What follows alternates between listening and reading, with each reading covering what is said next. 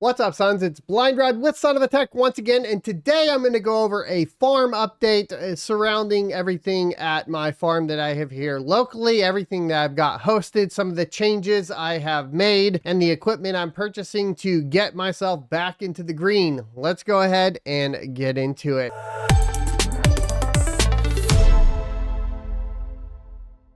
Welcome back, everyone. So, as you guys may be aware, I did accomplish quite a bit with speculative mining on Caspa, and I took a lot of that and reinvested it into cheap Bitcoin miners to go ahead and get my farm from basically losing a couple grand a month on the GPU side to now pretty much breaking even, as well as getting the potential here in the future to be positive. That's going to be including, of course, rent, all of that sort of stuff. I include a lot of budgeting tools within my crypto mining e-course that you can find over at sonofatech.com. And a lot of this is a moving space. There's a lot more numbers to crunch and different strategies that people can implement. That being said, I am leveraging quite a few different things here to go ahead and bring up my particular situation. One being is because the price for my power at my current farm has gone pretty much parabolic,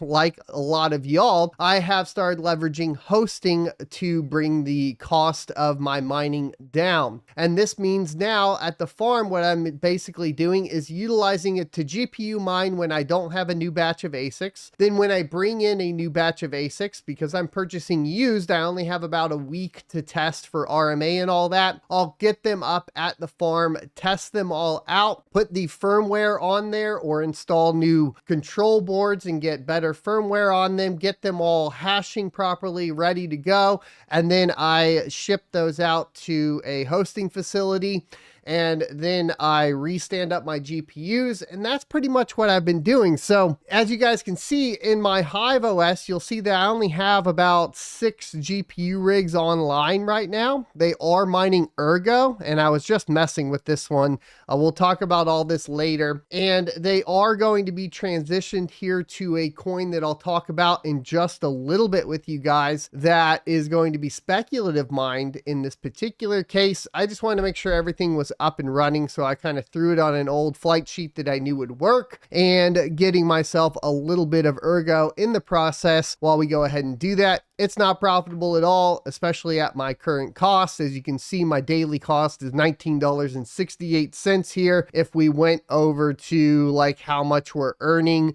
the past 24 hours, we earned $4.80. So it's at a huge loss. This does calculate in pretty much everything that I have running over there right now. So that does include a few other ASICs, etc., that I kind of modified just to see what my costs will be per day. And that is set, I believe, to 15 cents a kilowatt hour. Here's the other thing. My power rates have fluctuated quite a bit. We've gone between 9 cents and 15 cents a kilowatt hour on a month-to-month basis at that particular facility, depending on what fees they add. And they don't tell you what those fees will be or how much they will be, so I have no real capability of calculating that. Hence why I moved over to a hosting facility. The assumption here is now that it's cooled off in Texas, that rate's going to come back down quite significantly. And so over the next few months, I may be able to mine more profitably at that location. I will be getting out of that location within the year, but just a huge note to a lot of people, be very careful with your purchase power agreements. Make sure that they can't add additional fees and that sort of thing when going into an agreement with someone, even if it's a hosting facility. Check the fine print on all of that, because that's where I made my biggest mistake. While it was great in the bull run, because I didn't have the power fluctuations that we have now due to the winter storm in Texas that changed a lot. But, you know, even if it had gone up as high as it has gone up now, we would have maintained profitability through the bull run. But once you get into the bear market and things get a lot skinnier, that's what you really need to be planning out for. And that's definitely a lesson I'm going to be carrying into the next bull run. What things that I do right though in the past, right, which was accumulating hardware during the bear market. Right now is the accumulation of hardware period for me. Well, everything I'm doing is not to make money right now, but to make money in the future. And this is the mindset that I have. Of course, that's not financial advice. This is just documenting what I do. So the other thing that you'll notice is we have our test farm here. And this test farm these are both in the same locations. I have 5 ASICs right now. They are on basically like day 1 or day 2 of testing. And we have 5 S19 95 terahashes here. If you purchase them here recently from the batch that you got from Coastal Crypto Mining, which is where I got mine from, they came with Z-Links boards, which means that you can flash the Hive OS firmware on there with an SD card, which can save you a ton of money as opposed to having to purchase a Z-Links board or another competitor's board to flash them. So right now you're kind of getting an extra benefit from purchasing those in general. And so to give you an idea, the other thing that I recently invested in this month, which we'll see how it goes because I believe they're getting installed this week, was 10 Epic boards that are going into my S19 Pros, 104 terahashes, and those are getting optimized. Right now they're running low power mode, and I think that's going to give us a nice boost. I took some of the profits that I was able to garner out of that and done that. I took other profits that I've made off of those that are hosted there, and I invested in another 10 miners of the 95 terahashes, and then I took those in. Those are actually getting sent out now. So if we go back to the farm, that's what these 9 were. These were the 9 that I went ahead and sent out already for hosting, and they will be back online here probably today or tomorrow. They're going out to Oklahoma for hosting, and once those get online, we'll be good to go as far as that's concerned. And then we have the GPUs that we're messing with, and like I said, we're going to just basically speculative mine with. So that's kind of where the whole farm is in fluctuation. Right now I have 13 ASICs hosted at a mining facility in Oklahoma, and then we're sending these other 9 up. So we'll have 22 ASICs hosted. 10 of them right now are S19 104 terahashes currently out there, and they're getting the Epic board upgrade. So we're going to see a pretty nice upgrade, I think, here soon. Then on top of that, we have an Antminer D9, which did help us get through a few months and get a lot of profitability off of mining BlockX, which you can check out my video on BlockX if you're interested in that. We ended up making a ton off of BlockX randomly. Thank goodness. I needed a little bit of recovery there. And then we also have a IB Link BMK3 in low power mode, which is mining Kadena. I haven't even been looking at that wallet. So when you see these numbers, that miner's not even included in that per se, but that's kind of where I'm at. I kept one miner back in S19 95 terahash because Epic Blockchain recently released a firmware for their control boards for the S19 95 terahash. This one's been really interesting, fluctuating between 30 and 32 joules per terahash on the efficiency rating. And it's actually getting a little bit better as the temperatures have reduced. And we do have one board that has a few chips that are kind of getting a little less efficient. You can see here on board 1, which is obviously going to be sandwiched between 0 and 2. So keep that in mind. But this firmware is amazing. This control board is amazing. These are what I'm putting on all of my S19 Pro 104 terahashes. I wanted to see how it performed on essentially this particular one, and over the past 24 hours we've had an average of like 93 terahash per second, and that's at 3000 watts. You can see here I do have it plugged into a meter over there, so I've been kind of checking it, seeing how it is, waiting for it to optimize. And you can see here we have the voltage optimizer on set at the target of 95 terahash. There's a lot of different settings. You can get more efficient if you turn it down a little bit. There's a lot of settings to play with. In theory, the advantage is that these Epic control boards will, even if I set it 95 terahash, find the most efficiency that it possibly can, even if it does mean turning down the hash rate. So that's something to keep in mind here. But for an old S19, getting close to that 30 joules per terahash is pretty impressive. And so just keep that in mind. If you're looking for these, I can hook you up with them. Go to my locals page at sonofitech.locals.com. Hit me up over there. I'm getting them between 120 and 150 a piece. It really depends on when I bought them, how many are available, you know, which suppliers have them, that sort of thing. There's also a lot of other stuff going on with suppliers right now with AI, by the way, too, that I have barely been able to start learning myself that we'll talk about too here. But a lot of this is just finding the right place to purchase them at the best price. But these Epic hash boards are pretty cool. I kept one of the 95 terahashes back so that we can do testing and full videos on them, including, you know, how they're doing on the Hive OS and all of that. If we go back, you know, and take a look at the ASIC miners here that we have here, we are at like 2000 watts at around 80 to 82 terahash, which is extremely efficient. And that's just the Hive OS firmware. So there is, you know, as you can tell, a lot of different options here for basically different operating systems, firmwares, etc., especially for the S19 series, which makes them so appealing right now. The S21s are obviously coming out. Their efficiency is insane at like 17 joules per terahash. I know a lot of people are waiting for those. It'll be interesting to see how this all plays out. I think my strategy, like I've talked about before, is I always buy like a generation older and they still go up. I'm expecting a 300% increase in the cost of these compared to what I paid for them by the time we roll around into 2025. So that's kind of my conservative projection for this. That's why I'm okay with doing this. And now that we're being profitable compared to power, it makes things a lot easier as well. Plus we're getting more and more efficient firmware like every dang day. It's absolutely incredible.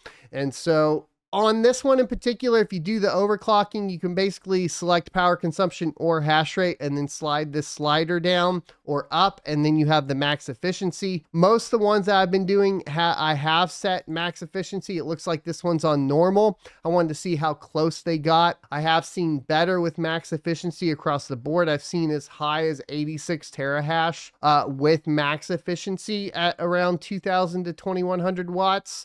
So that's pretty good as far as that's concerned. It's not always exactly accurate though, and I have noticed a little inconsistency within the software and what shows at the wall, and not only between one unit, but between two units, where I may have one unit that's hitting 2000 watts at, you know, 80 terahash, and then another unit that says it's still doing that, but once plugged into the wall is really around 21 to 2200 watts. So there's efficiencies within those, the placement within your farm, how good the cooling is. All of these things are going to basically affect, you know, how well these auto tune applications are going to apply to it. So that's something that you definitely need to keep in mind when getting into it. And so I kind of wanted to just bring that up with you guys here so that you're aware. Now, I've been mining on NiceHash, and I did export for the month what we made between the 26th of September and the 26th of October. These are just all of the NiceHash miners. The power that I have included here is everything technically, so it's not fully locked in at this particular time, but I think it will be a little bit better down the line. The other thing here is that not all of this ended up getting calculated in the report. You can see here that we have a few kind of missing. So this actually looks a lot better than it is. Now, this is all calculated at price of Bitcoin on the day it was mined. So the other thing that you need to take into account here is if we go with our total right here, which is the $3,789.40, if we held that until we needed to pay our bills, in theory, just to give you an idea, we would have $4,670.42 at the day of recording, which is the end of the month, which is when you might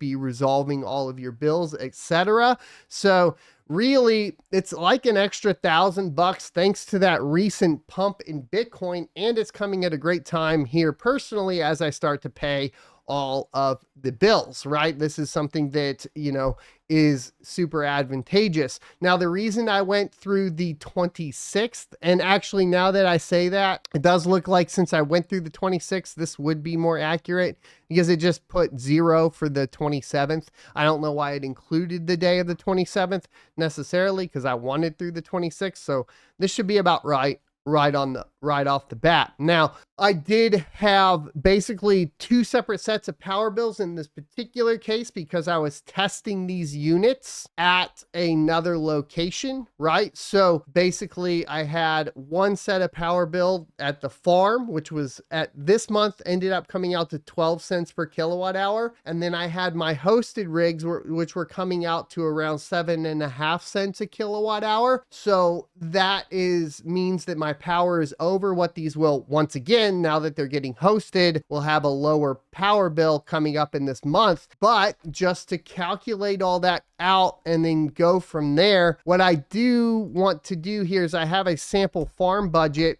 But what I'm going to do is basically show you guys if you hosted it and then you had my 2 separate power bills as they are. So this is as accurate as possible. We ended up in the farm budget coming out on top with $1,328. Now, I still have rent. Luckily, the rent right now, what I do is I basically take it out of my YouTube stuff as I can and sponsorships. That's kind of going away a little bit more. If I try to get this too profitable and take care of my mistake of getting this lease, right? We came out to this month with down about $343. But if it was your particular setup where you ordered these units and then you shipped them off to go get hosted, for example, this would be what you would be at, which is going to be, once again, that $1,328. And with that, of course, you would have your ROI. What that would cover about right now is about 2 S19 95 terahashes to reinvest and buy new in, and that's with the units that I have now. So that's kind of where we're at with the farm as it is. And I thought maybe you guys would be interested in seeing it. There is, like I said, some additional stuff coming in. We have Sci-Coin miners that are technically running that aren't making a lot, but they're dumping into a wallet that I won't look at till the bull run. The Kadena miner, kind of the same thing. It's just getting covered by the profitability of the Bitcoin miners here. That's not calculated into this. All of the spec mining on the GPU mining with coins that don't have prices listed yet, I can't do that. None of those profits or revenue can even be calculated at this time. So there's some stuff like that going on that doesn't give you the entire full picture of everything. Plus, if you had all of them hosted at a lower rate, you know, half of these, keep in mind, were hosted at 12 cents a kilowatt hour here for a little while. We're still looking very, very good. It does look like, to me, it's about time to start taking these 1 generation older Bitcoin miners, getting them cleaned up, making sure you're getting ready to put them on the network, because we are in that profitability stage as far as that's concerned.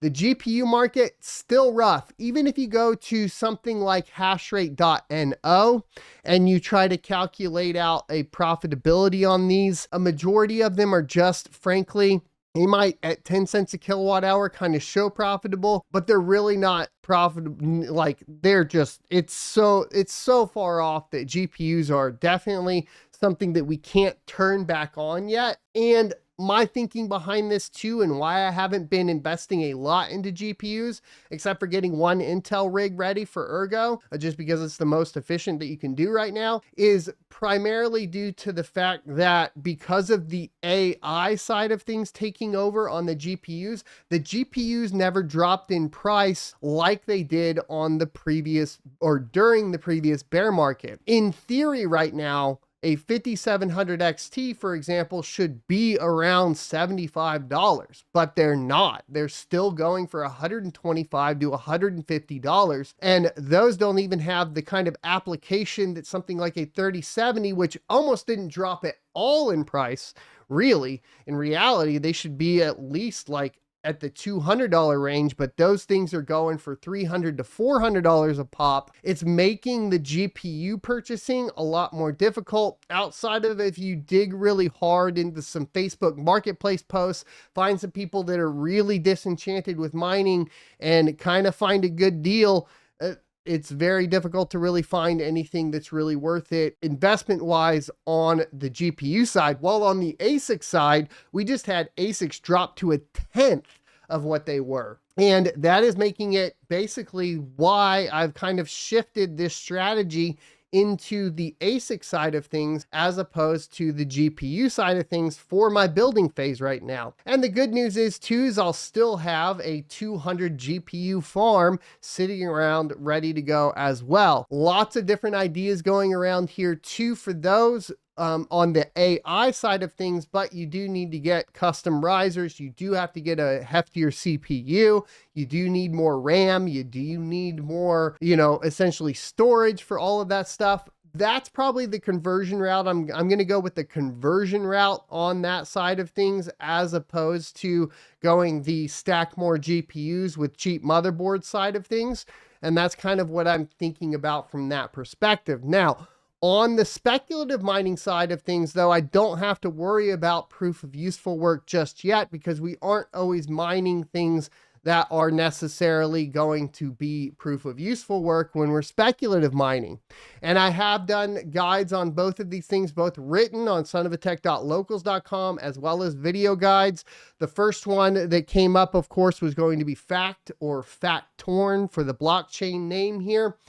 It is a proof of work hashing algorithm that is focused on factorials. That's really what sets it apart.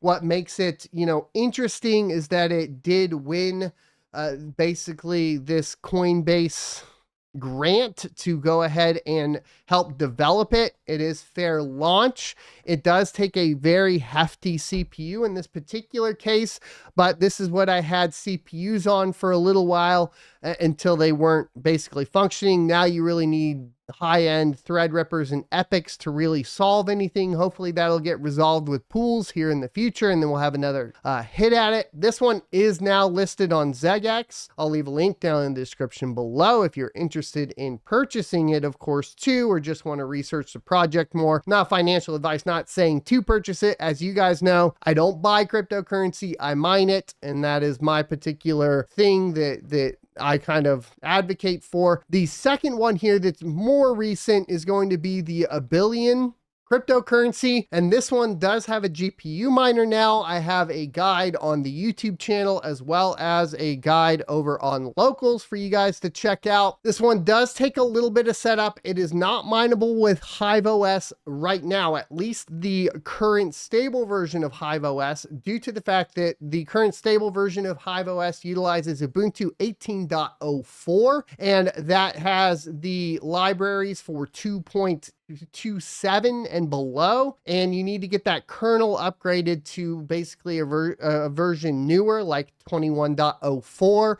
23.04 on the Ubuntu side, or 22.04, excuse me. And then you can do the Linux side of things mining. I only covered the Windows side of mining because that was very easy to get set up. So direct translation of like moving over to Hive and even like custom installing the miner and running it like I did with something like Decrid, for example, is not going to be possible in this particular scenario. You will need to basically have a clean image of a newer Ubuntu. You could try potentially the HiveOS beta. I am debating that on installing that on one of these rigs that I have running for testing right now and seeing if that's a route to go. If you do want to stack these though, it's an interesting project. It does appear to be ETH hash based, but a very customized version of ETH hash. So the miner is still just going to be the miner that came from the developers. It's not going to be a miner that is widely accepted by BZ Miner or,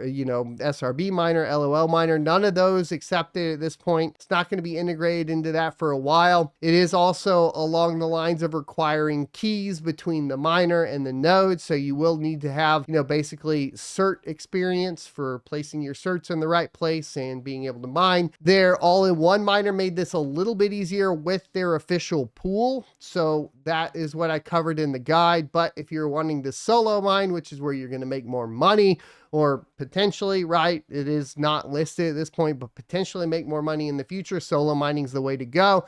It's going to require a little bit more technical knowledge than you may have. So the pool option is something that you can do. This is my speculative mine right now on the GPU side of things. There is no listing for it as of yet, and we'll just have to wait and see on how this turns out. And hopefully this will be another good speculative mine. I've found a few good ones a lot of people have, and we'll just see where it goes from there. But Able is definitely one that I am looking at. So that is my mining farm update. I hope you guys enjoyed it and you learned something. If you did, hit the like, comment, subscribe down below, and consider supporting me over on Locals at sonofatech.locals.com. Supporter status is $5 a month, and you get insider first come, first serve information that hits there before it hits YouTube. You can also get a month free of supporter status with the purchase of my crypto mining e-course at sonofatech.com, which of course I covered in this video, does include monthly budgets, etc., for calculating out, all of your revenue